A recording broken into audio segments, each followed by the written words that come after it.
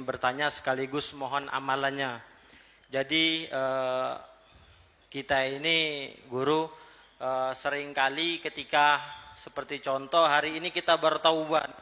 Jadi terkadang sedang semangat-semangatnya ingin beribadah, tapi entah malamnya atau besoknya mulai lagi kembali perbuatan buruk lagi. Nah, jadi untuk mengatasi ini mohon amalannya guru. Satu. Ibu ya. Baik. Bismillah. Yang pertama adalah kita sadar akan sebuah kesalahan atau dosa. Dan seketika itu kita bertobat. Tapi kepleset lagi. Pernah ada orang ngadu ke Rasulullah, ya Rasulullah, kalau saya berdosa, kemudian bertobat benar atas dasar penyesalan, bukan tobat-tobatan, pura-pura tobat. Menyesal betul, nyesel diampuni oleh Allah. Kepleset lagi. Kemudian tobat apa diampuni oleh Allah? Ya asalkan tobatmu benar. Ya diampuni oleh Allah. Kemudian saya kepleset lagi ya Rasulullah. Kepleset lagi. Apakah diampuni oleh Allah? Ya asalkan tobatmu benar, ya diampuni Allah. Sampai kapan ya Rasulullah? Sampai kau bosan baru tidak diampuni. Artinya nggak ada alasan untuk tidak tobat. Kepleset.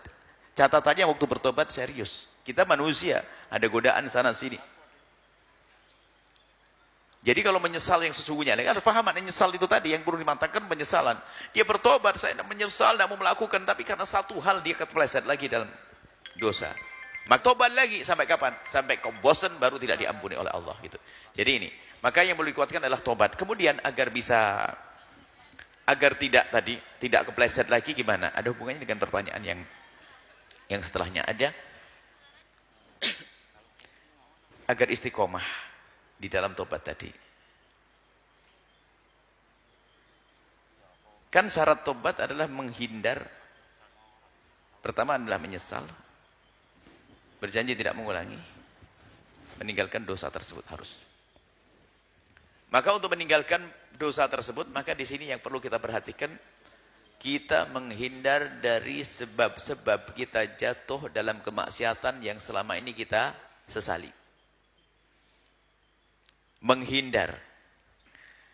Lah kalau misalnya kita mohon maaf seorang itu adalah dia kepleset dosa dalam mabuk. Lah temannya masih sama aja dan kumpulannya di situ ya mabuk lagi. Harus hijrah. Hijrah fisik tadi. Cari teman. Nah ini teman itu membantu sekali. Teman baik itu mendukung kita untuk bisa menjadi baik. Jadi kaidahnya begitu, kalau kita ingin berubah, tidak cukup niat dari dalam diri kita.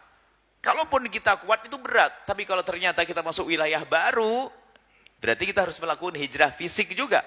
Nabi di Mekah diintimidasi, Nabi di Mekah dimusuhi, hijrah agar mudah umat Nabi, sahabat Nabi beribadah ke Madinah.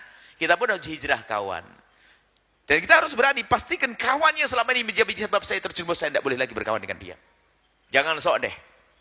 Nah, ini di sini kuncinya. Sebab biasanya kemaksiatan itu akan mudah jatuh lagi ya karena perkawanan tadi.